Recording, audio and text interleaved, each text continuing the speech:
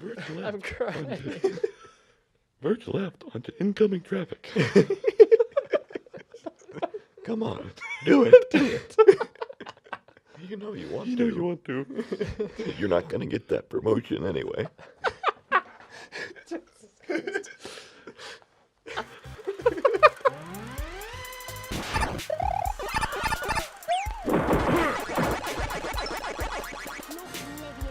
Capes and controllers. Hey, welcome back to another episode of Capes and Controllers. Hey. I'm Michael Himes. I'm joined by Jake Helmen Yo. and How Adam about that? Pannel. Hey.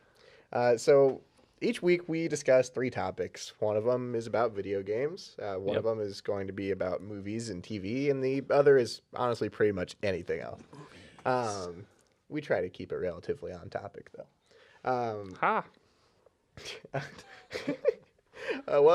What's our first topic, Michael? Well, okay. To launch right into it, you know, we all have that person in our life that doesn't play video games. And, you know, sometimes it's hard, you know, when you're really excited about a game and you want to talk to it about them. So if you ever really want to get out there and drag someone into this world kicking and screaming, we decided to talk about some good games to show or, like, play with non-gamers. Yep.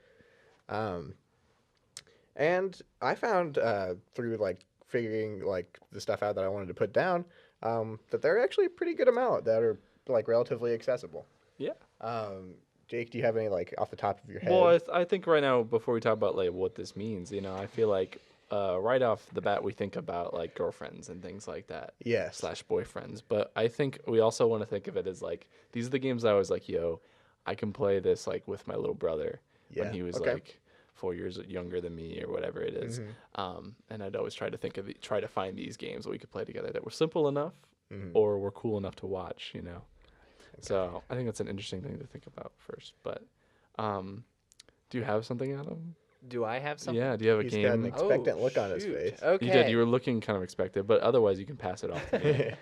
Well, I think I got one. Okay. So the first one has to go to Mario Kart for Yep. me. Yep, okay. Of course. That's a classic. And I know it's a classic. Everyone expects it when you're making these kinds of lists. But honestly, I haven't had a single person decline to play a game of Mario Kart with me. Like, even if they haven't played a single video Absolutely. game before, yeah, it's just so much fun. And like cruising around the map, even if, you know, you both are terrible at Mario Kart, it's just a blast. Well, it's also one of those games that only takes 2 or 3 buttons, you know? So Right. even if you are horrible about it, you know, like, at least you know what you're doing. Right, and I think that like literally, I played the Wii one more than any of the other ones at this point, just because it's such a and Use that it steering got wheel? rid of more buttons. I mean, Yeah. you're steering physically, and anyone can think of that while you're holding down one button. Well, and everyone was doing that in Mario Kart anyway. If they wanted to make a particularly sharp turn, they'd just take it and lean, just hoping that it would give them I that little totally extra used bit of to do that. clearance. I think what started the whole like party Mario Kart as like a party game, I'd have to say, at least for me, it was the Wii version. Yeah, Yeah. Just because, you know, using the Wii remote as like a little steering wheel, it was just such a cool gimmick. So I'd argue it's still the best one, but you know, fight really, Fight me, better Mario than- Kart! Come at you me! kidding me? That game for Oh. me was Mario Kart for the Super Nintendo. That was a game that like I like play with my cousins all the time, you know. And it's one of those games where it's got like the like jazzy music, you know. And, Oh yeah, And pretty much anybody, even like non-gamers, kind of recognizes Mario characters or could at least tell you they're from Mario. So it's like, oh, we got these cutesy characters. It's colorful. It's racing. You know, it's a game for pretty much everyone. yeah. Anyone can figure it out. It's a car.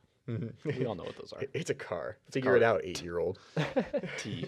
All right, Michael, what's yours? What's some more games? Well, Actually, should we do last since you have that list? I've got a pretty good list. All going right. over here. Well, yeah, we have a testimonial over there, so we'll start with me too.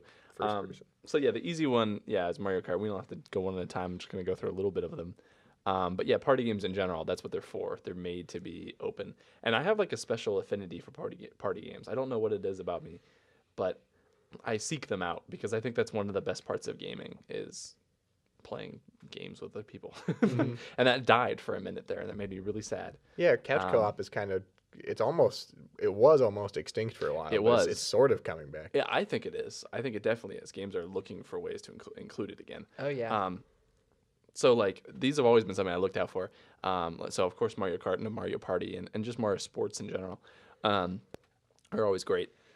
Rock Band, I still play Rock Band to this day. Yeah, and I Rock still Band. have all the instruments in my Yeah. house. And anyone who comes over, I'm like, want to play Rock Band because it's a great game. You jam out with your friends. You jam it out. It's also I love music too, and so without it's a good. without having to know how to play instruments. Exactly, you get to feel like rock stars and like work together while still kind of making fun of each other from being bad or something like that. So there's a good competitive element. Well, that's the thing, especially with those games too. You can, even if you're not playing with someone else, they're so easy to just pick up and play. Yeah. There's no like wading through cutscenes or anything, or like having to relearn the mechanics of the game. Like if you want to play Guitar Hero or Rock Band, you boot it up and you play it because it's that, and you see the buttons you need to press on the screen and you just go. It tells you what to press, literally. Yeah. Yes, as it's happening, and of course the skill goes from there.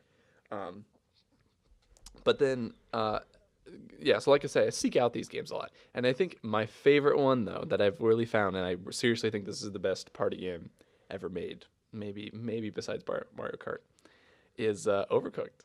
Okay. I love that game. That's such a good Overcooked. game. I love that game. I think it's like the perfect way of working together with somebody while again still being critical of each other. You can mess with each other a little bit, but it's working together with people in stressful situations.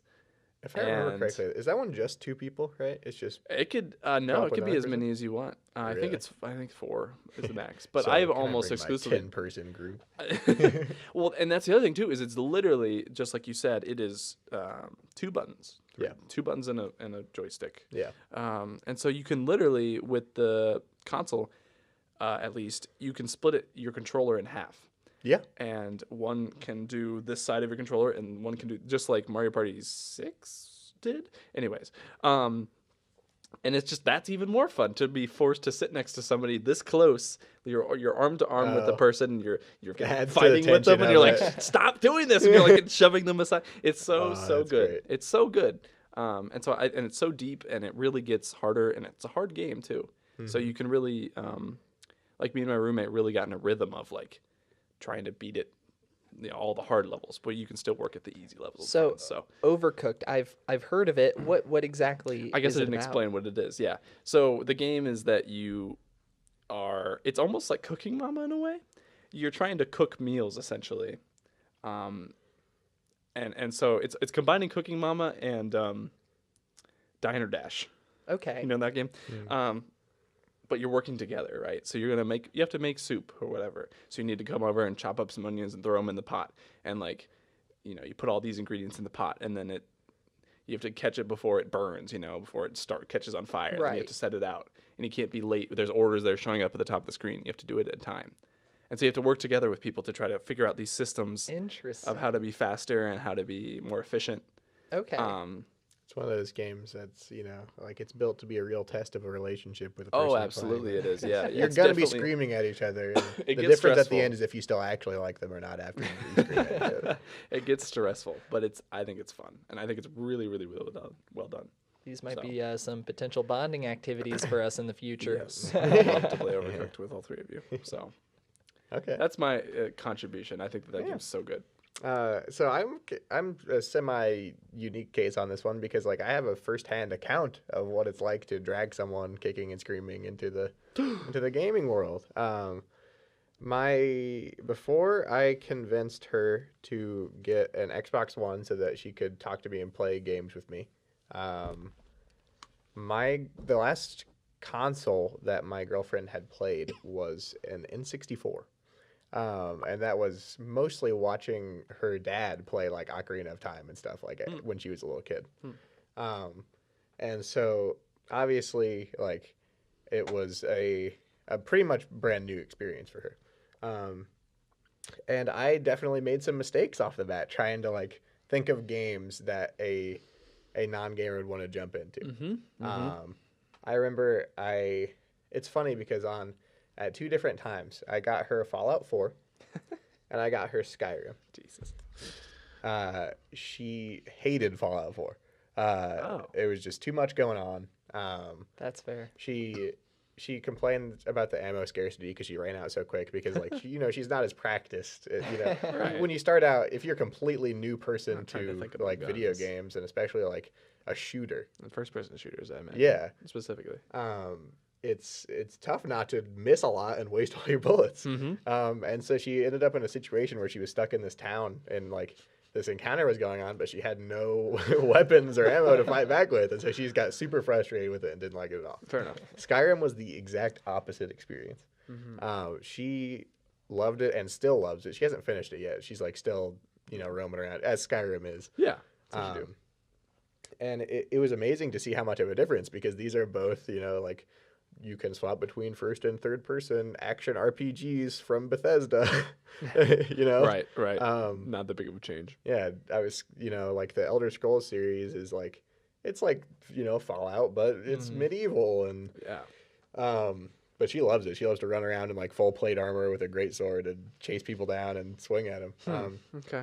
And it was interesting how much different of an experience it is. And I almost like myself realized how much more like I guess obtuse Fallout is compared to Skyrim, just because like even the way the menu's laid out, you've got this complicated Pip-Boy on your wrist, right? And you have to scroll through all these different menus. Yeah. And It assumes a lot, especially 4. Yeah, it assumes, and you have this whole like settlement building thing, which she kind of like because it was like The Sims, like accessible games. Yeah. But it was interesting to see that difference. Another, just because I mentioned The Sims, she loves Viva Pinata. Oh wow! What a Viva throwback. I haven't Pinata, thought about that game in a while. Truly a game for everyone. That is a blast A from game the for what? past. A game for everyone. Oh yeah. Oh absolutely. Like it's funny because like it's all these cutesy animals and everything. Of course. But they're pinatas, and you have to get a bunch of them in your garden and keep your garden going strong and protect it from the bad ones.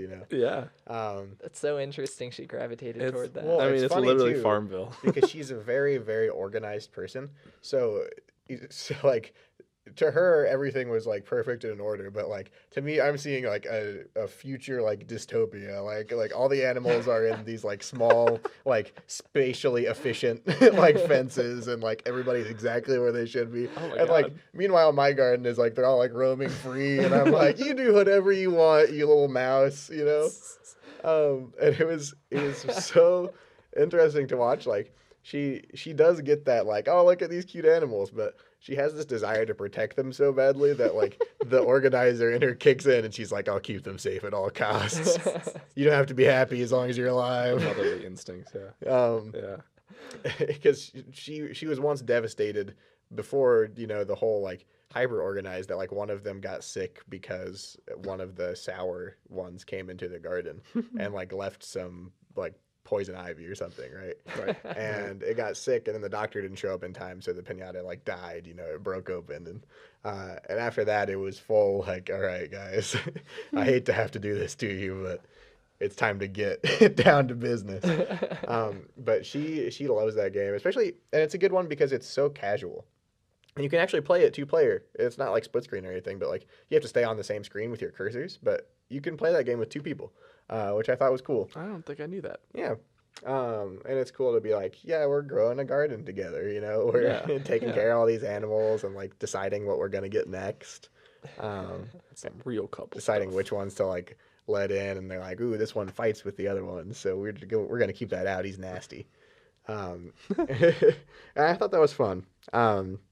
And as like she got more acclimated to games, she really likes Black Ops Zombies, which is another like, I mean, it's a departure from Viva Pinata, but like I think she likes it because it's not against other people that have guns, obviously, so there's not as much involved as like, oh no, they're shooting back, but like these people are gonna lock at you, and hopefully you try to stay alive for as long as you can. And it's also with like the replayability, you can't really screw anything up that bad. If you die, you just start from round 1 again and you go. Right. And it's another just like everyone else. It's another one of those co-op games. Like those zombie games are meant to be played with 4 players. Oh yeah. And you can do it with less, but like you really get the true experience when you're playing with all 4. I think zombie games are especially good. It's one of those that was almost built for like party chat, because you're like 4 people communicating over the line, and like 4 screens can sometimes get a little hard to see. But 2 people is like, it's manageable and it's fun. And at least in Black Ops 2, there are like different maps and like kind of game modes with zombies that you can pick, as well as like you can set the difficulty, which is good because like you can ramp yourself up. You can decide if you want like the hellhounds to come, which make the game significantly harder. But I thought, you think the hellhounds are harder? yes, Really? because they're so much faster and they just appear. I think that's part of it because like you can sort of get into a rhythm with the other zombies. Yeah. But once the hellhounds show up, they kind of throw you off. I kind of always preferred it when I was playing with like 4 people because we would all huddle up in a corner, and then all of the hellhounds would come at us, and Yeah, we that's just what you get do. free ammo. Yeah, You know? that's right. That's right. Yeah. In a similar way as she has been like, she really likes playing Overwatch. It's one of those games that makes her mad. But See, that surprises me, and I know that's a common thing, but that seems like it would be a deeper game. yeah, You know, it has a lot of RPG elements and well, the things thing like is that like it and doesn't strategy elements. it doesn't have to be, right? So like there are plenty of people that you can play with on free play that are just like, you know, you can end up with like kids who like just got the game. And Overwatch usually does a very good job with matchmaking. So it's like you usually get matched with people who are around what your skill level says it is, you know. And it's also one of those games that, at least in ranked, it will like decrease your skill level if you haven't played in a while, which like kind of like it's like, okay, you're rusty. You're gonna play against people that aren't quite your level, and it's also an encouragement to keep playing. But Right. we don't talk about that. She plays exclusively as Diva though, and I think that is almost part of the like, she's like kind of the intro character in my mind for people that are The like Kirby. gaming veterans, which I hate to even say that word, that phrase, but like people are used to it. Like you. Soldier 76 would be the like intro character because he plays like a first person shooter character.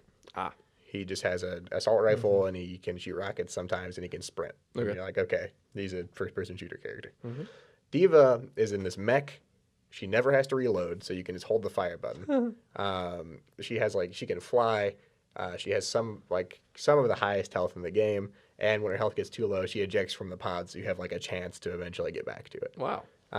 So she has like a lot of options to like kind of, I guess, slow it down a little bit for you, which I think she definitely appreciates. And it was cool to see, like, you know, I play Overwatch and I play characters that are like light and do a lot of damage, and like I value like mobility and I like to like try to confuse people. And it was cool to see like that Diva was like more of it felt like an introductory character to her, I guess. And that's another one of those games. It's just so like easy to play and replay. You screwed up this time, but things are different, you know, like you're with a different group of people, different team, different enemies. And it just kind of like blends together to form like another experience where you just pick it up and you start playing. Right. And can you play that co-op besides online, you know? You can't play that couch co-op. No? But that was one of the first games that we had like played together over Online. Yeah, like in party chat and stuff like that. And it's a good game for that, definitely, just because like your team gets so much better when you're coordinated. Also, going off of games that we kind of talked about games that play together. Just want to talk a little bit about games that are fun to watch. Yes. And I feel like this opens it up more. Absolutely. To games that even we enjoy watching. You know, I think that if someone enjoys watching a game, it's kind of universally a thing.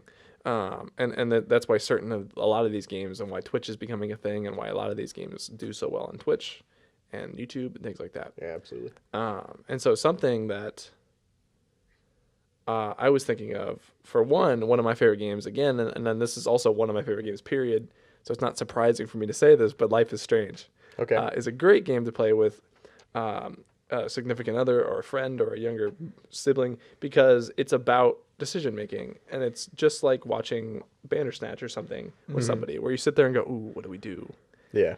Like, do we kill her? You know, or whatever. You know, That's kind of the like, Telltale Games appeal too. Yeah, and there's a lot of games like Heavy Rain is similar this way too. Because they're also very movie-like, so you can sit there and watch them together like a movie. The difference is there's just occasionally you need to pick up your controller and walk around, or you have to make a decision that's hard and difficult, and you can discuss it. So I think that's an interesting game to watch and to do together. And more about games that are fun to watch. I feel like one that people wouldn't necessarily think about until you really think about it is Mario Maker.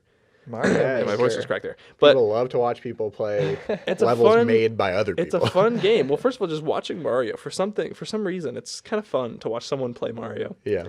Just the simpleness of it, but there's so much skill, and seeing the colorfulness and the ideas that go into these levels and really seeing them. But also Mario Maker in general, because it's very out there and you can get these weird levels and they're like puzzles. And again, they're all colorful and all over the place. So I think that's something that people don't think about. That kind of surprises me that you love to watch Mario Maker. I don't think I've ever heard anyone say that. Well, you wouldn't think about it, right? You would never admit it. But I was sitting there and I was thinking about, yeah. Yeah, I like to. I mean, do you disagree? I mean, I find it so boring to watch people build stuff. Well, not necessarily No, make it's watching them, but them- play them. Because Mario Maker has this whole thing where there's like the 100 Mario challenge, right? Where Yeah. you essentially have 100 lives to take on a whole slew of user-created stages. And so I think the appeal of it is more like watching someone like try to stack up against this, and the whole time you're like, wow, this person is either really skilled or you're like, I could do that better. I bet I could beat this level. It's something about it. It's addicting. Yeah, it Yeah. makes you want to jump in and play it. I don't know if I would say that would really be a game that I would be interested in Okay. watching. That's That's fair. fair. What and- is the top of your list for the? Yeah. So then, what do you like to Top of my watch? list. What do I? Like, what do you think Mr. is Fortnite. interesting? Could be interesting to watch for anybody. For anybody? Yeah. Oh, Because this is man. it's generally about. Yes, we're talking about non-gamers, right? general. We're not talking about specific personal. But I mean, whatever you personally think Yeah. is a good for everybody. Obviously, it's going to be your opinion somewhere. Yes, we're putting it somewhere.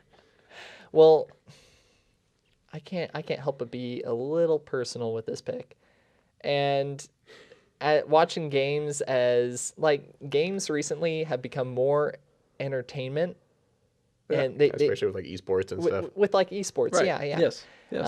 And those streaming services, and I think one game that's been rising rapidly was Fortnite. Oh, yeah. And- Fortnite. Do you like to watch people watch Fortnite mobile? I was about to make that joke. Okay. Yes. It Yes. depends upon how good they are, okay? I feel like it's one of those games, if you want to get someone into shooters, I feel like Fortnite is a really good way to do that because you can sit down next to someone and you get to play it alongside of them. You get to have kind of that couch co-op feel because it's so accessible. You can play it on your mobile device, you can play it on console, you can play it on a toaster. And I connect bet. them all Yeah. too. Play It's them also- with each other on all those devices. And I totally agree with you. Like, it's almost like a couch co-op experience because you can play around, right? And it's intense, and you get a certain distance. You're in the top 5 or something like that, and then you can die and hand the controller over and be like, okay, see how far you can get. Yeah, that's you know? exactly what. Yeah. And Yeah. they have so many different modes now. You can play squads. You Yeah. can go up to 4 people in a squad, and it's just a really good co-op experience in my opinion. So Speaking of games that people like to watch, I also got my girlfriend to tell me some of those, like her favorite games that I've played that she really liked to watch. And this is like not necessarily from like I would look it up on Twitch thing, but just like games that she enjoyed being along for the ride for. And the top of her list, as soon as I told her to tell me games that she liked to watch, she said God of War. The newest one. Yes, the newest one. Yeah. Because that game is so colorful. And because of like the lack of loading screens, there's no breaking immersion. And she has told me like multiple times that it felt like a movie. Just because the voice acting is really good. It almost feels, even though it's a game and you can shoot it however you like, it felt like it was shot well. Sure. Which is it was one of those like almost one of a kind experiences where she was like as intently watching and listening to cutscenes as I was. And that was really interesting, like from my perspective to hers, because like I did feel like, she would actually say like react to things that would happen in the game. There would be like a particularly like crazy, like attack that would happen in a cutscene or something. Or even like during gameplay, and she'd be like, "Ooh," like, which was cool to see That's a her cool be feeling, yeah. that involved because like you can never get that with and I love Kingdom Hearts to death, but like you'll never get that with a Kingdom Hearts game. You're sitting back and you're wondering like when will this cutscene end? And it's like, That's okay, true. so he's used the same combo on this fat enemy like 300 times and still not dead. And it's just like other games she listed were like Just Cause. Like I played Just Cause 3 a lot around her, and that game is like really pretty. It's got an open landscape, and there are lots of like crazy explosions and stuff going on. Like games that feel more cinematic. She mentioned like Red Dead Redemption 2. A kind of outlier on this list is These are all recent. yeah. Yeah. Well, because especially like as game graphics get better, Sure. it's easier to like I won't say identify, but like you connect to a protagonist or like you see someone on screen that looks like you, and it's just a human response to like tune in more. That's true. A kind of outlier on this list is Dead Space.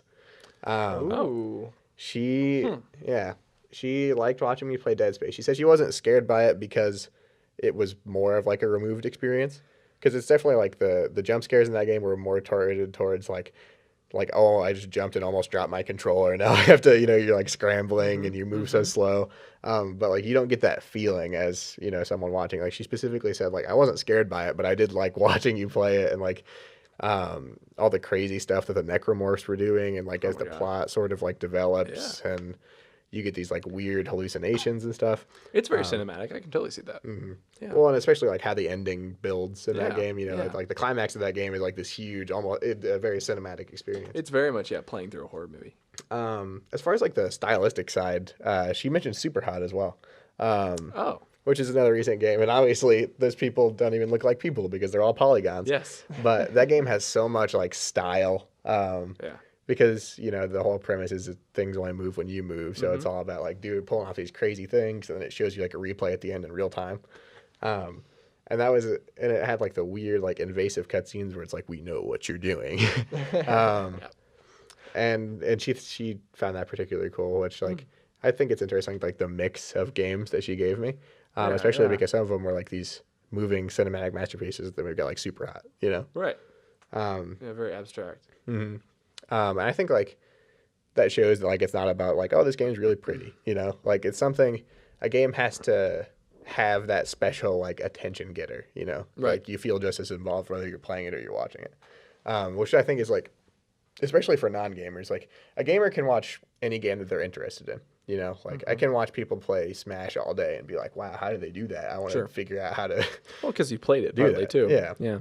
Yeah, and you play it extensively, and you're like, how did he pull that off? And but non-gamers, like, there has to be that extra element. It's not like, I'm interested in this game and I want to play it, so I want to watch people playing it, or, like, I want to get better, or I want to see something particularly cool from this game. Like, they don't have a frame of reference there. So it's, you pretty much like to watch anything that grabs you in a way other than a video game does. It has to sort of, like, get your attention the same way that a movie or a TV show does. It kind of has to reach out and involve you, which I thought was really interesting. Yeah. And one more thing before I move on from this. We talked a little bit and this isn't super, it's relevant. But esports is becoming a thing. Yes. And more and more a thing. And I remember this, a specific memory I had from, I think it was last summer, maybe it was the summer before, where the Rocket League World Championship was on, just in the middle of the day one day. Okay. And I remember somehow I found out about it. And so it was on Twitch. And so I threw it up on our TV. And so like me and my brother, because we'd play it all the time, we were just kind of sitting there watching it, how good these people are.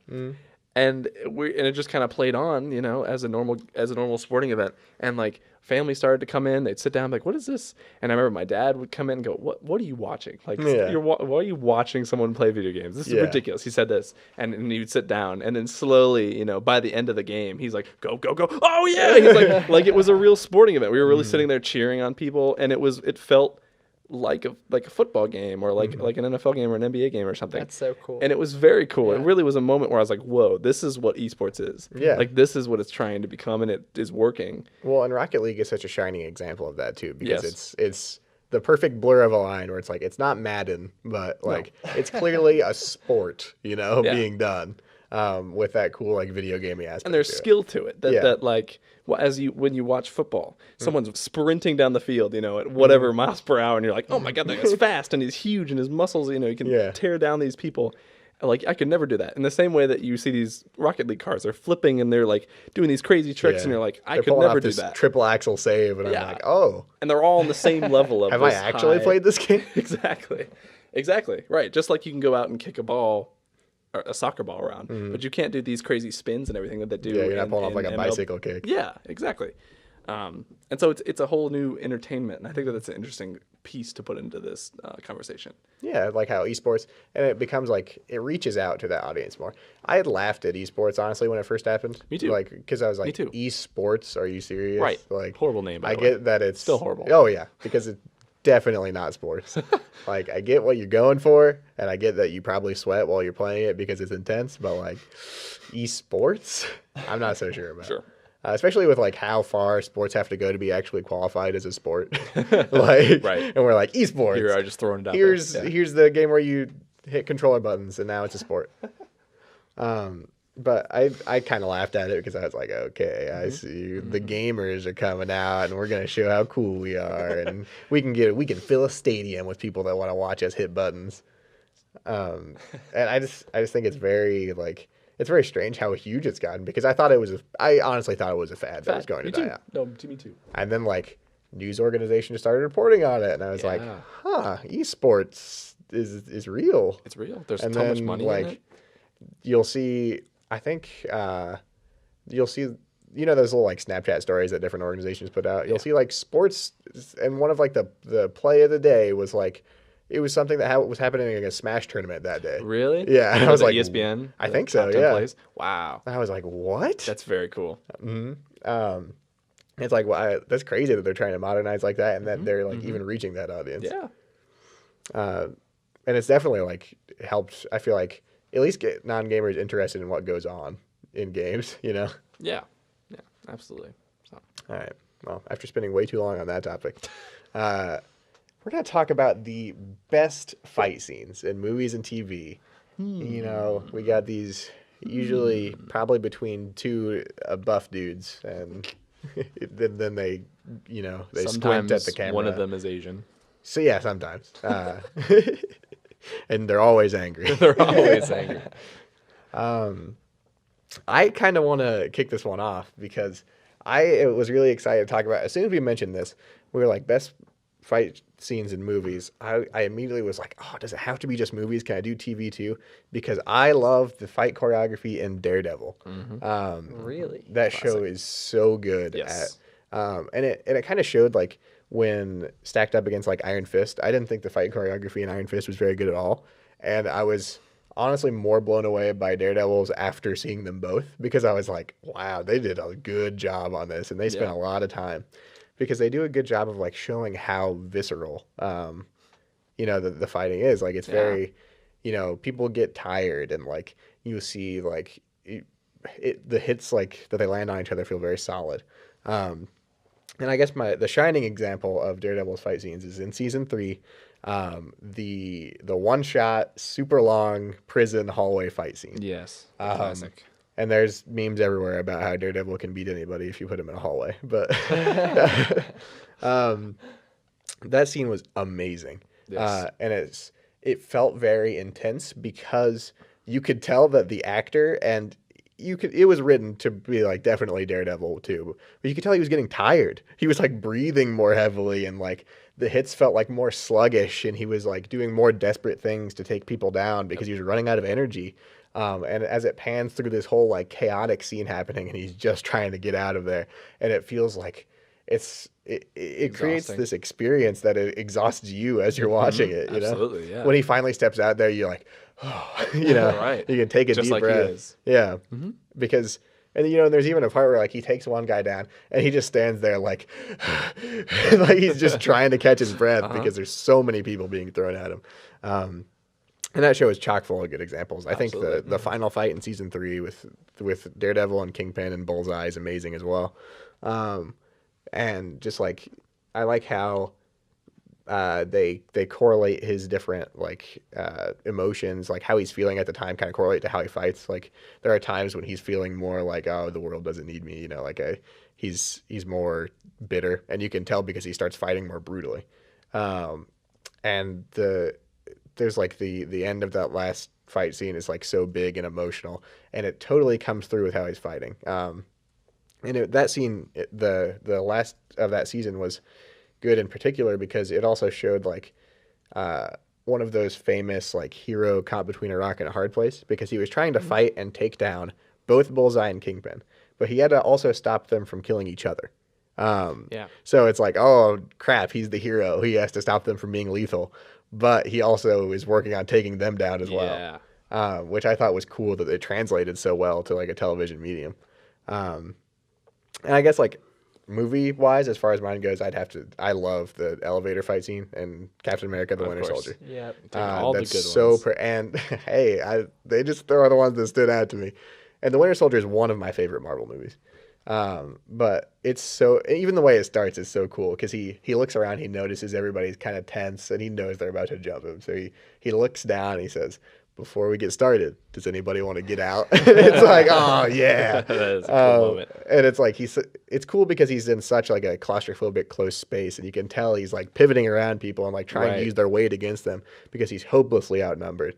And like it almost gives, when he steps into it, it almost gives the audience like the feeling like, okay, he's a super soldier and all, but like that's a really small You can't get space. out of He's that. got no room to like There's maneuver no way. around and Right. be super, you know? Right. There's no way. And He does it. yeah, and it's like, yeah, It's such a okay. And cool he's scene. doing such smart moves too. Like the guy tries to use these like super strong magnets to chain him down, but he ends up like pivoting and like putting on another guy and like trying to break free of it and all that. And it's like, yeah, okay. I like seeing like, especially, I'm a huge superhero nut, but like seeing, especially in like superhero movies and shows, like watching them fight smart like the character would is so cool. Just because, like, yeah, Cap's thinking like 3 steps ahead. He's not just some dude that got injected and now he's big and buff, you know, like he is a tactical genius. He's in there like dodging blows and throwing enemies into each other and like using everything in his environment to win. And especially like the fight starts with that such a cool line, and then it ends with him jumping out of the elevator on his shield to get down to his bike and everything. I was like, yeah, okay, Just a great ending. this is how you make a fight scene. But I was super interested by those two. What did you guys like? What hits the top of your list? My God, that was literally all of them. Did I steal some of yours? I mean, we talked about it earlier, so I think we're gonna have a lot of the same ones already. But I did think that was a good idea with the Princess Bride fight. Yes. Specifically, the one, and oh man, I'm forgetting their names. Inigo Montoya and whoever the masked. Not a true fan. I guess he was the Wesley, right? I do love that movie too, and I consider he's one myself a of the fan, main but I guess I'm not a characters. fan. Right, I The know. Dread I forgot his Pirate name, though. Roberts. I'm so bad with names. Anyways, it's such a good fight when they're fighting and they're using their hands, and he's like, "I have something to tell you. Yeah. I'm not right-handed." And he goes, "Me neither." And they both switch hands. And it's just a good twist on one of those kind of fight scenes. And I don't know. Yeah. I think it's an interesting battle of wits. And And that movie is full of wit, you know, especially for a comedy fight scene, especially. That is such a good, like, okay, yeah, this is fun. Right, it is. It's fun to watch. So yeah, I think that's a good example. And then obviously Winter Soldier I had written down.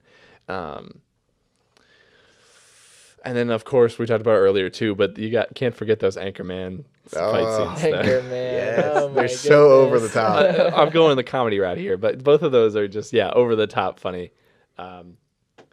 Michael and I watched the second one today. And it's just, they harp on the fact that how ridiculous can we be with these fights. And I don't know, they're funny. And I like that they're not horribly done either. You know, they're not terrible, but. Well, and the second one totally, like, the first movie tried to give you the shock factor, right? Right. Like, it was like, oh, this is hilarious, a large-scale battle between newsmen, and they've got, like, pitchforks and stuff. Yes, actual And weapons. the second one was, like, it knew it was a sequel, right? And it was like, okay, everybody thinks we're going to up the ante, so let's just send it, like, way over. And they had a whole bunch of, like, celebrity cameos. There was, like, Liam Neeson and Will Smith and Kanye. Kanye West, yep. And Brick comes in, and what is that? It's a gun from the future. They're sending in airstrikes. They're blowing up buildings. Ghost of It's Stonewall the Jackson. ghost of Stonewall Jackson shows up. And Ron Burgundy's the only one that's like phased by it at all. It's great. So yeah, we just gotta overlook. Can't overlook those for sure. Yeah. Not between two people, like you said. Yeah. But Well, because they definitely have their place too. Because like it's not completely like slapstick. Like when they zoomed out and they're like, that's a lot of actors just duking it out with each other down there. It's like, whoa, okay. And I'm not gonna say it's the best choreographed fight or anything, but because it's just a bunch of people going, but it's like, wow. But it takes that play on it. Look at that scale. Yeah, right. This is an Anchorman movie. Right. And that scale with these actors too. Yes. It's not just scale. It's so. I don't even think the listeners were expecting Anchorman to No. make our wild lists. card pick. Yeah. Hey, it's a good fight scene. All right. Best fight scene. Best sword fight scene ever in the history of cinema. Oh. Can you guess what it You is? just did a gesture. Oh, you're making us guess now. Oh yeah. I mean, is it a Star Wars thing? It's a Star Wars thing. Is it Anakin versus Obi-Wan? Anakin versus Okay. Obi-Wan. Yes. Episode Duel of Fates 3. playing in the background. Oh yes. Oh yeah. That mad children's choir singing in the background. They're screaming back there. That entire fight scene gave me chills, and especially once you reach the end. If you haven't seen Episode 3 of Star Wars, this is a major spoiler alert, but you should really check that out. And you are way behind. But when Obi-Wan is on the high ground and he's like, Anakin, I have the high ground. He's on the high ground and he says, I have the high ground. Crazy. Giveth up. This writing is off the chain. just that entire. And he's like, wow, you really do. Nice. You underestimate my power. But yeah, I agree. The choreography with it is Oh, yeah. fantastic. Very entertaining to watch. Well, because people, I mean, it's very, very easy to rag on the prequels, but like they did some crazy, like flippy lightsaber combat stuff. You know, in the originals, it was very like focused and slow, because it was all about like discipline and technique. You know, like suppress your emotions. You're Jedi. And the prequels, you know, it's Jedi in their prime. You know, this is what they do. They flip around and fight each other with lightsabers. And that one is like especially because of the emotional stake involved in it. It's like, yeah, get it. Like they're spinning around and hitting each other. It's like, yes. Yoda's doing flips all over the place. Yeah. I wish we could have a sequence like that every Star Wars movie, because every time I watch it, I wish to myself, man, I wish we had just an hour of Sith fighting Jedi, like Darth Maul versus young Obi-Wan Kenobi. Qui-Gon Jinn and Obi-Wan. Oh man, I could watch 3 hours of just sword fighting in Star Wars. It's just Star Wars specifically. Yeah, just Star Wars. Not normal. Like those laser swords. Yeah, Yeah, I love those lightsabers. Regular swordsmen don't have the Force. You couldn't watch some Peter Pan fight scenes. Yeah, if Peter Pan fights Captain Hook, 10-hour version. Ting, ting, ting, ting. Take that, For Hook. 10 hours. Ding, ding, ding, ding, ding. Hiya. Ting, ting, ting, ting. Whoosh, whoosh, ting, ting, ting. Yeah, exactly. Could do that? No. Peter Pan ranks among the best fight scenes. Greatest fight scene of all time. Greatest fight scene of all time. Watch Mojo. And the Hook. Big shout out to Watch Mojo. Yeah. Top 10 fight scenes. Yeah, when Hook, Peter guys, Pan. best fight scene when Hook defeats the Croc. Oh, yeah. TikTok Croc. The TikTok Croc. When he spreads his legs Honestly, out best across battle of all time. best battle of all time. These two characters have a grudge match. That's it. I'd like to see Battle of the Fates played over that. That's all I'm saying. Oh my goodness. Well, I mean, I feel like that's about it for our movie. I mean, That's there are plenty of good fighting scenes out there. Honorable mentions being like The Matrix and like every Bruce Lee movie ever made. But you know, I feel like we blanketed some pretty good ones. And with that note, we're moving on to our other topic, which is the best and worst fictional places to live. Ooh. Which was a fun one to think about. It was a fun one. I love Because this it's not one. something that just like rests on your mind, you know. And it was when you mentioned it, I was immediately like, "Oh, okay, that's interesting. I'll have to actually, you know, put in some brain work on that one." God forbid. Yeah, have to think for once. Can't just talk about things I already know. Why are you talking like Duke Nukem over here? Hail to the king, baby. So I think we already know because someone wanted to do this topic. Oh yes. So let's hear from it. Someone over here. Oh man, She I've already been have looking some. forward I think we to should go this. through, do like 1 or 2 that we want to live in, 1 or 2 that we don't want to live in. That would be bad. Okay. Oh man. So my first one, I know it's probably bad, but for me it would be like Dream World. Like Kirby's Dream? Like Or Yeah, what No. dream world? Kirby Dreamland? You can't just say dream world. I'm not hinting at like Kirby's Dream World or anything, but like Arkham City and Okay. Batman. Dream World, though. Where are you going with this? Expand That is on my- Dream World. This is where you want to live, yes? This is where I want to live. Oh, Okay. this is your Dream World. Oh yeah, this is my Okay. dream. I World. think that's what yeah. he's I trying to thought, say. yeah. I was confused. I was like, Dream World? What is that? No, not Kirby's Dream World. Although that would be a It's good not a place to horrible one. live. It's not a No, horrible no, because they have like little Kirby has all of those There's like food giant everywhere. Yeah, there's you have little food huts everywhere. with little friends everywhere. You'll never go All the hungry. trees have faces. I You'll don't know ju- if that's good or bad. I Honestly. don't know. I don't know why I listed that as a pro. Like, hey, we have trees and faces over here. Come on in. You'll find some random carrot cake on the ground.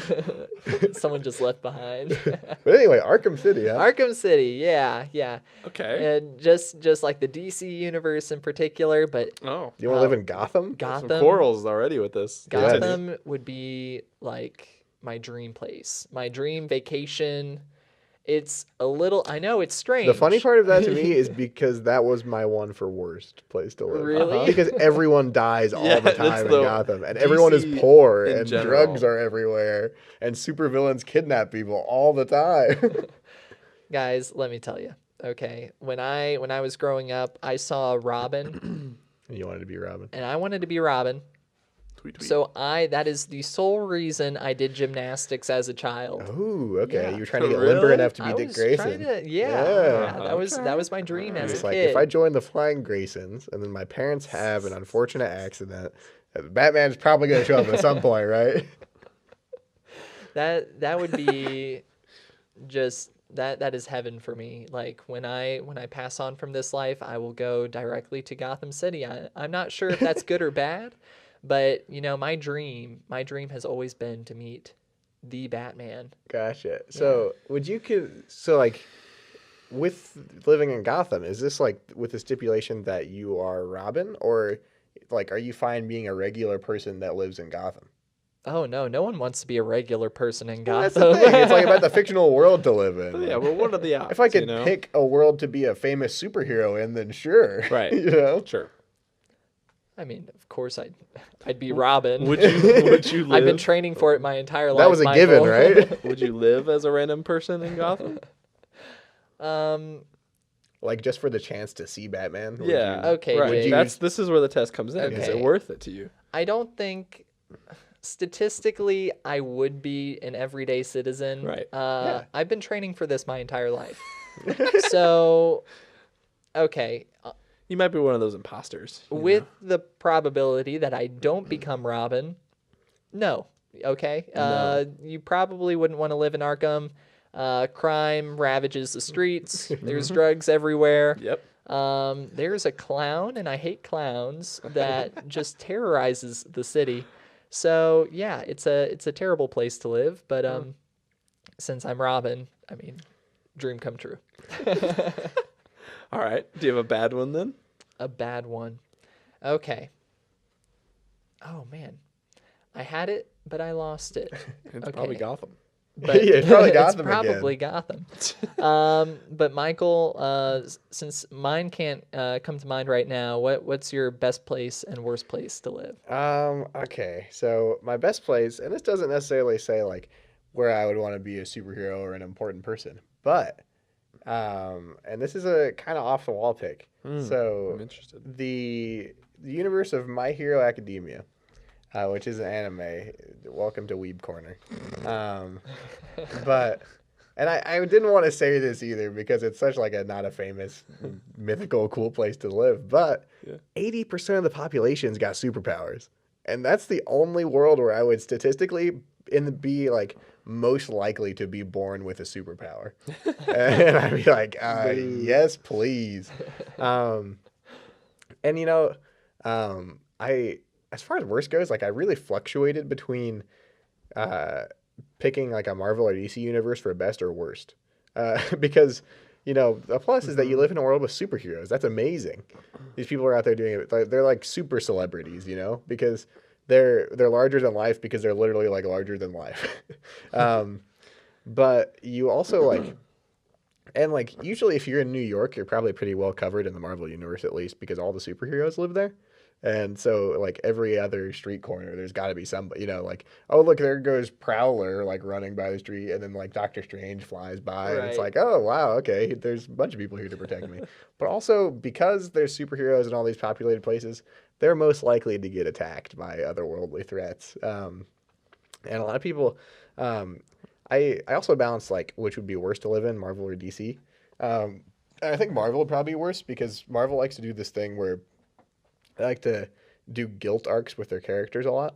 And that usually involves like them not being able to save someone or like someone dying because their powers were not working or like so like you're more likely to be permadead as a random citizen in the Marvel universe than the DC because in the DC universe as long as you don't live in Gotham, in the DC universe, It's true.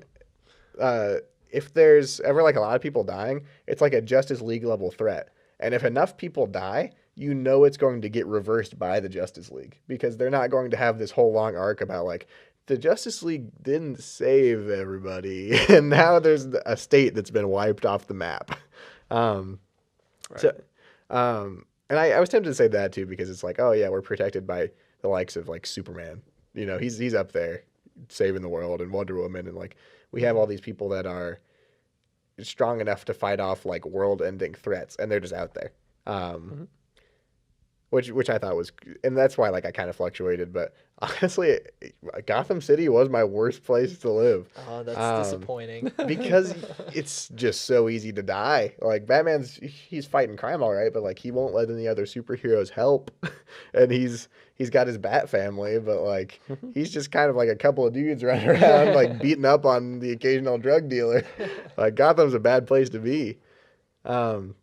And like other obvious picks for like worst, like thinking of like the Game of Thrones universe. Like it would be horrible to be like a peasant in Game of Thrones because you're so expendable. Yeah. They get killed in like peasants get disemboweled like every 2 frames in Game of Thrones. Because like and it's kind of honestly realistic because you're essentially cannon fodder in medieval times if you don't have any like land or political sway. It's true. So like while the important characters get to go around who even they aren't safe. So if you're a peasant, it's bad. You're probably in indentured servitude or slavery somewhere and you're probably going to die. So yeah, that'd be definitely my worst. Are How there about you, Jake? upsides to living in My Hero Academia if you're not a hero? You don't have superpowers, I mean? Yes, because there are so many superheroes that the villains probably aren't going to get anything over on you. Like usually, I guess, like one person could die, and then there's like this mystery, like who did it? We gotta find the supervillain. But 80% of people are like, and I'm sure a significantly fewer amount of those actually go on to become like the big name heroes. But like you have entire like agencies of heroes running around, constantly vying to, and it's their job too, like they get paid for it, so these people are like literally paid to be competitive and stop all the crime before it happens.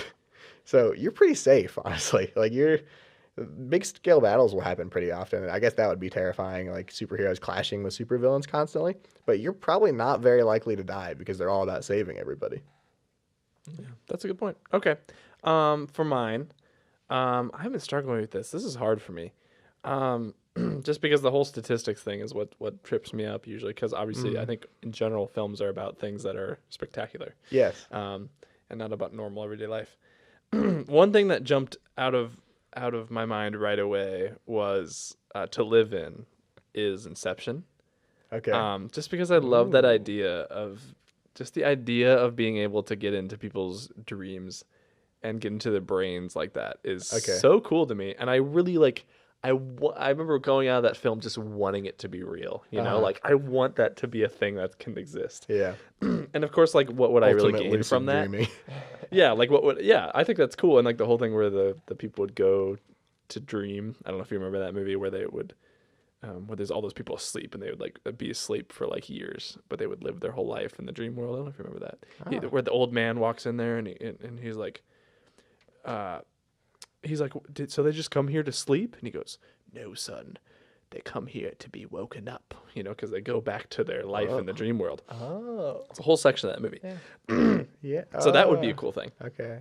I don't think I remember that part, and I saw it not too long ago. I've seen that movie too many times to count. But I trust your judgment, Jake. Isn't like the Inception technology kind of like experimental? the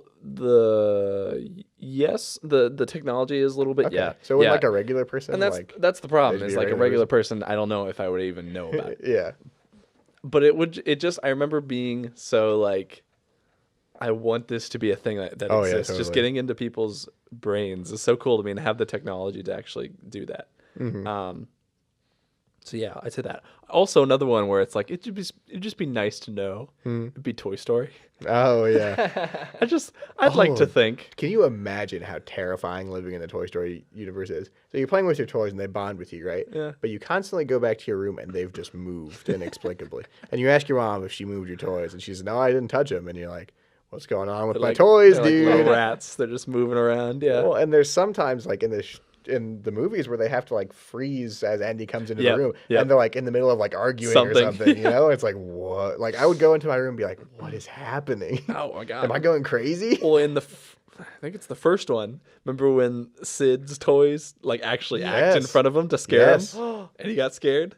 The Sid's the one with the freaky toys, right? Yes. Yeah. Yes. I grew up. That might be the worst place to live for me. I grew Nightmare up fuel. I as a think it's kid, cool. scarred of those toys. Yeah, the baby doll head with the weird metal spider legs. Yeah, I know we're supposed to feel like empathy because we different, and we they've should. been like abused. They've been and abused. re- Yeah, Yeah, they're messed up. But I was so Island of misfit toys. terrified of those toys as a child. Like I could just imagine one of those with like a butcher knife coming at me when I was asleep. hell you know? Yeah, they're creepy. Yeah, that was They're freaky creepy. stuff. I have to add too, just to be relevant to the show. Spirited Away. Let's live in that place. How cool was that? We talked about that. Wasn't it horrible though? Please, Like no. if you're a regular person, you actually end up in there Nope. because think it was you get turned into pigs. Do you get turned into pigs? I thought I everyone mean, just was a pig. humans aren't allowed to be there. That's true. I guess as a Sen human. got But lucky. hold on. If we're doing odds, what are the odds I'm a human in there? Most of, But in the most of Spirited our- Away universe, the odds are you don't even know that the Spirited Away part exists. It's just like Japan. Okay. Most of our we're talking about pigs- the Spirited Away world. Okay. Okay, it would be cool to be a spirit and to be living in that hustle bustle little Yeah. world. Yeah. Okay. I could get behind that. Most of our picks seem to be based on the statistical chance of one thing Right. happening. Yeah. That's what's hard about it, though. Well, that's what I try to like. I kind of try to avoid that too because My Hero Academia isn't the place where I would most like fantasize about being a hero or like an important person in, because in that way definitely the Marvel or DC universe. I mean, come on, I want to be a superhero, saving the day, Cape Crusader. And it's just saying, who do you want to be from a movie? you Yeah. know? And So- that's one of those things because like, and that's why like I struggled to say it because like I have so many like more places that I want to like, I really want to be there. It'd be cool to be in the Harry Potter universe, but like being a random muggle just living your day in the UK, like nothing's really gonna happen unless it's bad. I'd also say then for my worst, and then we'll go back to you, Adam. It's also simple. It's just Star Wars. It's a horrible place to live. I think even statistically, no matter who you are, you're just not having a good time in Star Wars. No one's having I mean, like, there's like maybe one or two rich planets that are living it up. Other than one that, of them got everyone's blown poor. One of them died. One of them got blown up. There you go. Everyone's poor. Everyone's struggling. Yeah. If you're not poor, you're like a Sith, and you're part also dying a lot, or you're a Jedi clone. and you're constantly freaked out and like, oh my god, I have to fight a war now. I have to also fight this war. You're a clone or a stormtrooper. You're a stormtrooper. You're just shooting people and also getting shot and also not being able to shoot anyone. It's just bad for everyone in there. No one's having a good time in Star Wars. Oh man, you bring That's up true. a good point. There are very few people that are having, and the people that are having a good time are like people that aren't Sith but are just really on good terms with the Sith. Yeah, Like yeah, the you're Empire is just bankrolling them and they're just out there. Like honestly, the bounty hunters probably live the best lives in the Star Wars universe because you're either like a decrepit monster that has to slice people and activate the dark side of the Force constantly, or you're the person desperately trying to stop these people from being around. Yeah, exactly. Yeah, you're either on the side of the bad guys and like under their control constantly, or you're trying to fight them and they're trying to kill you constantly. Even if you're a bounty hunter, you're still kind of on the Sith side because they've got all the money. Right, right. No, You you're know? working for them ultimately. Oh, yeah. It's your head if you do something Star wrong. Wars would suck to live. Nobody's having a good time in Star Wars. No. So The only planets that aren't like heavily controlled by one side or the other are the like backwater planets that nobody wants to go to. you almost have to exclude yourself. Yeah. Yeah. Yeah. You have to live in isolation in the middle of a desert, Right. or you're in this war. Yeah. Mm-hmm.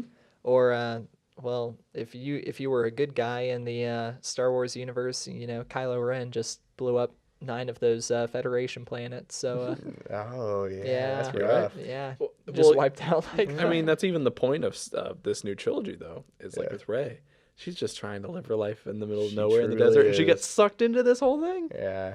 And she's like, I want to be a Jedi, and then Not she even she learns was about it, and safe. she's like, I don't even really want to be a Jedi. I just want to know how to And they're use like, the "Too Force." bad, it's up to you." And she's like, Yeah. "I just was trying to live in the desert, man. Yeah. I just want to know who my parents were. Right? I just want to Want know some water. where mom and dad were. That's all I'm trying to Just figure want out. to go to a man. water planet and be happy. Exactly. Yeah, Star Wars would be a horrible place to live. Mm-hmm. yeah, definitely, All right. definitely. All right, worst Cheers. place to live. Drum roll, please. All right, Twilight Zone. Oh, but the Twilight Zone is like a million different universes Right. Every universe of Twilight Zone at the same time. terrifies It was me. all the worst. Every one of them. Oh, but this branches off of that. What's the show with Black the Mirror. Black Mirror? Yeah. Black Mirror. That's the one. That's the one. Living like in any Black Mirror situation. any of those Black Mirror, Twilight Zone-esque episodes, those freak me out. Like I Yeah. cannot go to sleep after watching those. Well, because the unsettling thing about those is they're so close to real. It's Right. like everything's normal except for this one thing that changes. And it could change if you're not careful. Watch out. Yeah, exactly. Like it just has me on edge, After one Black Mirror episode, I put tape on all of my cameras that I had. That was FBI is that now was watching my next me. question. Was there one in particular that like just really scared you and just got you to Black Mirror or Twilight Zone? Oh man. Well, for Twilight Zone, I'd have to say there was this one episode where this guy who really, really loved books, who's similar to me. You talking about the guy that lives in the apocalypse? Yep. He was a banker and then a new kit, and he was the only one within like that lead lined bank vault, and he was the only one in the entire world to live through the nuclear apocalypse. Oh, And so he's like, "Oh, I can finally read all the books I want now." And then his glasses, you just see his glasses fall off his face and they shatter on the ground. And it is the most gut-wrenching scene I have ever seen. because you can't read. It's Yeah, 'cause funny he can't too. read. It's funny too because Futurama ruined that scene for me because they did a parody of Oh, it did they where really? this guy survives the apocalypse. He's like, "Finally, I'm alone with all my books," and his glasses fall and break, and he's like, "Well, my vision's not that bad. At least I can hold it close." And then his eyes fall out. It's like, no, because Futurama does that whole. They do a parody of the Twilight Zone every once in a while called "The Scary Door," and it's all like scenarios of that. It's so funny. I love that. I have to watch that. But I think those universes are terrifying, and when it comes to Black Mirror, just every episode of that For real. series, it's so creepy. Whoever comes up with that stuff, you know what? I admire the heck out of you that you have the imagination to come up with these worlds. Mm-hmm. Yep. But man, is it terrifying to know that we are on the cusp of having that technology. It's frankly not that hard to imagine that happening in our world today. Yeah. Well, yeah, again, that's the scary part of it, you know? It's like we're living on the verge of this happening, you know? Like one thing goes wrong or like, you know, perceptions about something shift in one way or the other, and suddenly this is our reality. Which is, I think, what makes it scary. It's just because it's so plausible, and would be absolutely horrible to live in. Yeah. I mean, they show like pretty much nobody's happy in a Black Mirror episode. I think that one episode where with the social media platform and how everyone is ranked based on how well liked they are. Dude, the most freaking relatable part of that episode is when she doesn't have the right, she doesn't have an adapter to charge her car. So she That shows one's up, so good. and it's just like, no. That's one of my favorite episodes. It's so like real. Real. That is the realest part of the whole episode too. Is like they're like, "Do you have this adapter?" And everybody's like, "No." And she's like, "Oh, you have a car that old?" Yeah, you have like an old car. Oh, you have the old. Because it's like all the proprietary plugs, and it's like, "Oh, this is this is happening now." I'm so glad you brought that up. That's one of the best parts of that episode. And it's also one of my favorite episodes. Oh, yeah, very, very It's good. like, oh, you have the old model. I'm sorry, we don't Ooh, support down that that here. adapter. Sorry. You just have to ask around. Come on. And then she looks crazy, so like random people aren't going to hand her an adapter, you know? Like even if they did have it. Like I'm convinced one of those people at the gas station definitely had that adapter. Probably had the adapter. That's a good point. Yeah, but I mean that's pretty much some of the best and the worst of the worst. Good talk. Yeah, but in standard tradition, last week we totally played The Binding of Isaac, right, guys? Wait. No, we actually played it. Please believe me. And we're here to talk about it today. I love The Binding of Isaac. There it is. I do. Whoop, there it is. We have very different opinions. Ooh, I even mentioned Coming fight. last week that, you know, like I had played it before and I was excited to get into it because this is one of those games that I have played on and off for so long. Like I love it because I have these bursts where I pick it up again and I play it like crazy. And then I'm like, oh, I can forget about it for a while and then come back. And usually by the time I come back, there's like another expansion out. And I'm like, hey, look. But The Binding of Isaac is an amazing game in my opinion. The randomized, you know, roguelite aspect of it is really cool. Because it's all about like, it's not necessarily about like hoping, oh yeah, I can save my progress here, you know, I'm safe. You know, you start over and everything's random and you have to mix skill with the luck of the draw to get as far as you can, you know. Yeah. And some item combinations require way more skill than others. Because the game's like all about synergies, you know. You can and for anyone who hasn't played it, it's this game about Isaac and his mother is chasing him and trying to kill him because she thinks God told her to do so. Yep. So he runs away and tries to escape into the basement through a trapdoor, and he ends up in this hellish landscape where he has to fight all sorts of disgusting creatures. A top-down Zelda style. Yeah, and that's so cool too. And the fact that your weapon is your tears is just hilarious. It's interesting. What I think, I love all these aspects of it, and I love the synergies between items and finding unique combinations. But my favorite thing about this game is the atmosphere. The music is so good. Oh yeah. The enemies are like grotesque, but in this like they're drawn in such a cutesy way that it's like this weird conflict. And one of my favorite aspects of this game is that pretty much any enemy that's humanoid that you're fighting, and usually humanoid enemies look pretty much like Isaac, are crying just like you are. And sometimes like they're crying blood, and sometimes like, you know, they're like pitch shifted like really down low to where it almost sounds like they're laughing. But pretty much like you can counter like demon enemies or like enemies that don't even look close to human, but pretty much any humanoid enemy in that game is crying, which I think is really interesting. That is interesting. It's almost like, oh, is everything in pain down here? Like and especially like because the plot is so vague and there's a lot of like weird environmental storytelling that go on. You're like, you keep having to wonder like, what is important to the atmosphere of this game? Like, is that significant that every enemy that looks like Isaac is also crying? Or like, why are there enemies that look just like me? Which I thought was a super interesting aspect of the game. And none of it's really explained. No, yeah. And they're like endings, but like there's no like voice acting, you know? Like they just, things happen and they move and they show like kind of simple scenes at the end. And you're still left wondering like, there's something there, isn't there? Yeah, like, there's a story here. There's and you're so not much telling to me. the imagination.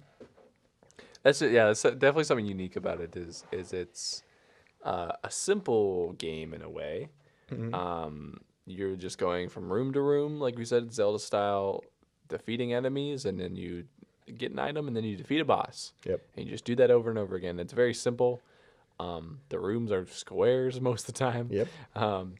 And so, but yet there's this whole, it leaves you with this story at the beginning, and it leaves you with this story at the end, and it says, that's all you get to figure something out. And there's this whole deep story behind this simple gameplay. And yeah, I think that's something unique about it, and that's why one reason why I caught on is it's not just a Flash game like it was made to be. There's a story behind this game that's actually pretty smart and dark and not so fun in a way, and it contradicts the funness of the gameplay. Yeah, I think because that's interesting. it's fun and quick, and like, but you also know that like Isaac is in misery this whole time, and his Yeah. mother is trying to murder him. Yeah, you're having fun kind of playing this game, but you're feeling like bad for everybody the whole time. You're like, oh, I got this cool item. Or like, oh, I got a little cute fly buddy that comes along with me. Or like these Yeah. little like baby enemies that float after you. And you're like, oh, that's kind of cute. But then you realize like you walk into another room and you're like, oh, yep, still a nightmare. This is horrible. Still gross. Still gross. Poop everywhere. It's unfortunate. Yeah, Yep. there are turds literally Lots of like turds. littered around the room. And they're also anthropomorphic turds that you have to fight. Yes, there's turds with eyes. Yep. I haven't reached that level yet, There's a but boss called Dingle. It's just a giant poop Dingle. that comes after you. Giant poop. Yeah. I'll be honest. I hated it. I hated it. I Yeah. hated it. That's fair. It's fair. All right. All right. Sure. To each their own. Michael, you let me play a little of it Yep. just the other day, and you know what I discovered about myself? I hate rogues. I hate those roguish games that place you in these random dungeons, and if you die, you are sent straight back to the beginning. Oh, yeah. Because when I sat down for one playthrough, I ended up getting rainbow tears. Yep. And man, did I love that. It was so cool. You know, sometimes my tears would spit out sides and I felt so powerful. But every dungeon, I was stuck at half a heart. And it felt like I was surviving by the skin of my teeth. And when that last heart was just vanished because Brutally this taken monster, from what was he called? Blobby? No. First talking about Monstro. Monstro. Blobby. Monstro I want a lands. mod of Binding of Isaac with Ditto. Adam named creatures. Oh, you mean Ditto? Ditto. Or Muck.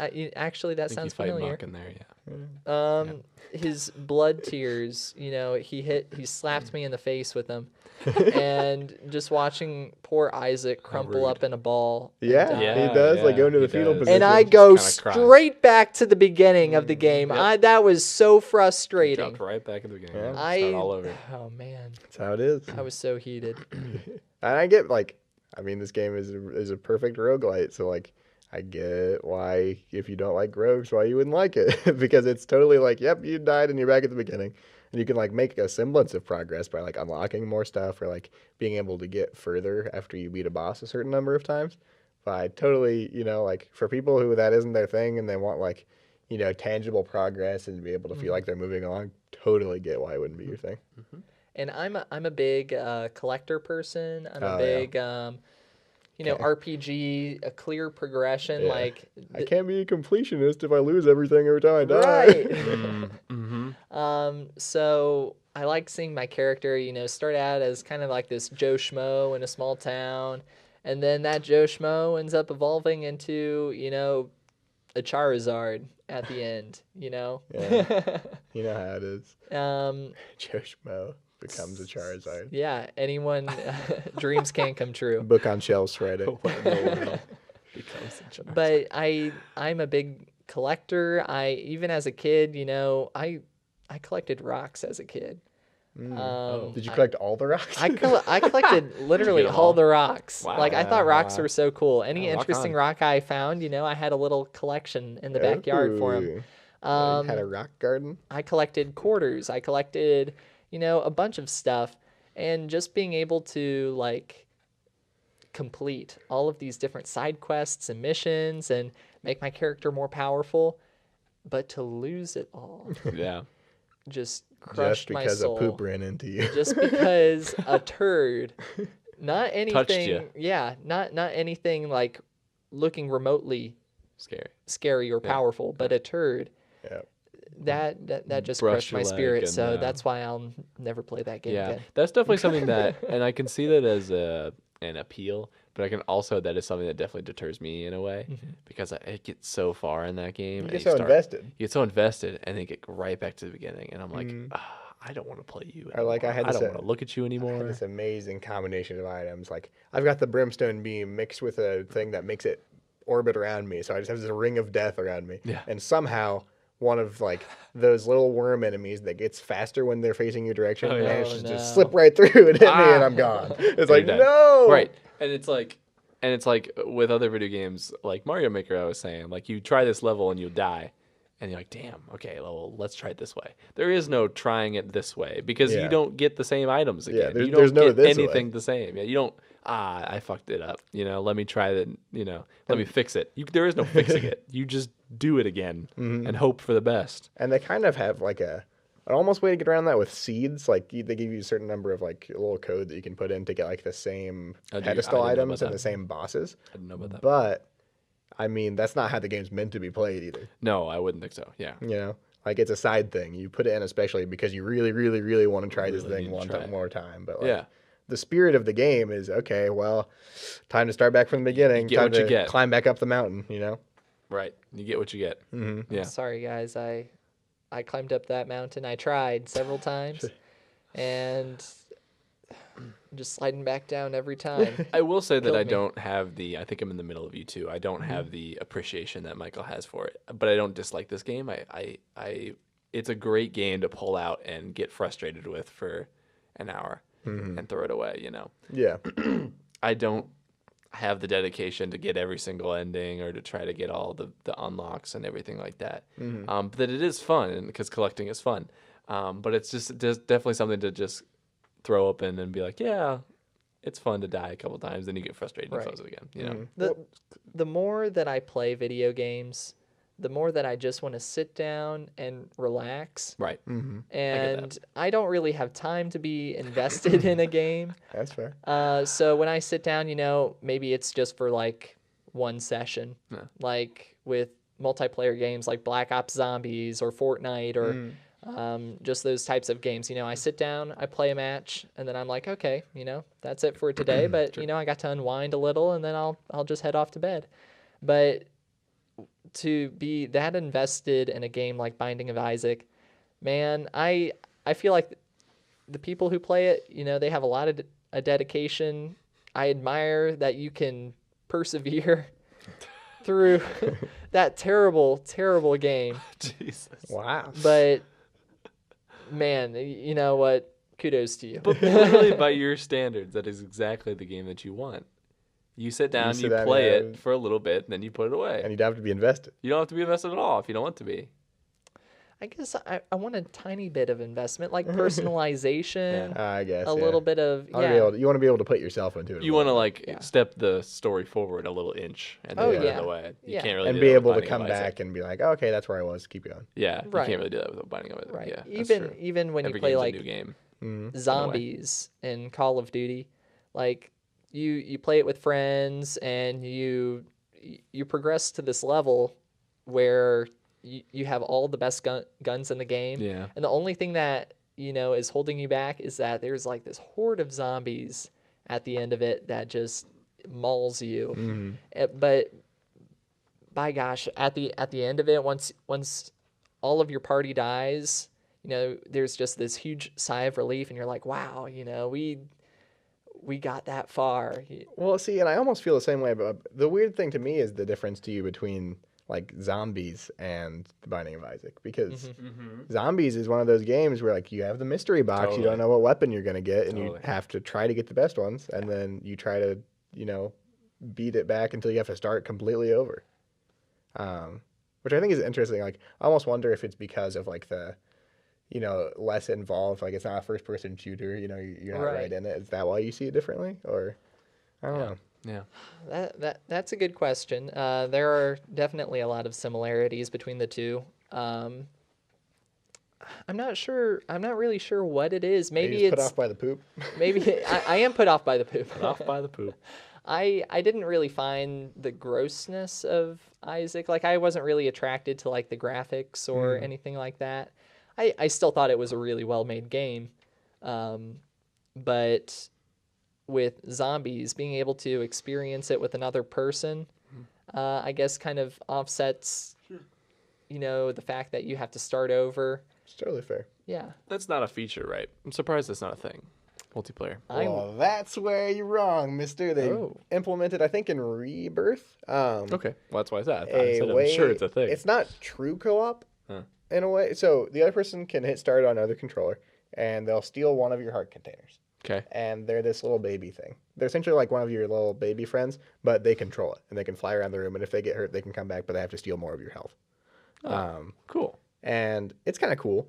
It's not like Isaac and Isaac together, Right. going through the world. That would but be cool. That would be cool. It is pretty cool, but honestly, makes the game way harder because you have to like manage okay, well, don't come back right now because I really need this heart, and we're so close to finishing the boss, but if you steal another heart from me, I don't know if I can take another hit, and then if Isaac dies, it's over. So it's just but it is cool to be able to experience that with another person and have the same highs and lows. Oh, sweet, we got this item. Yeah, we Let's did take it them together. on. Is it harder? The game harder? Physically?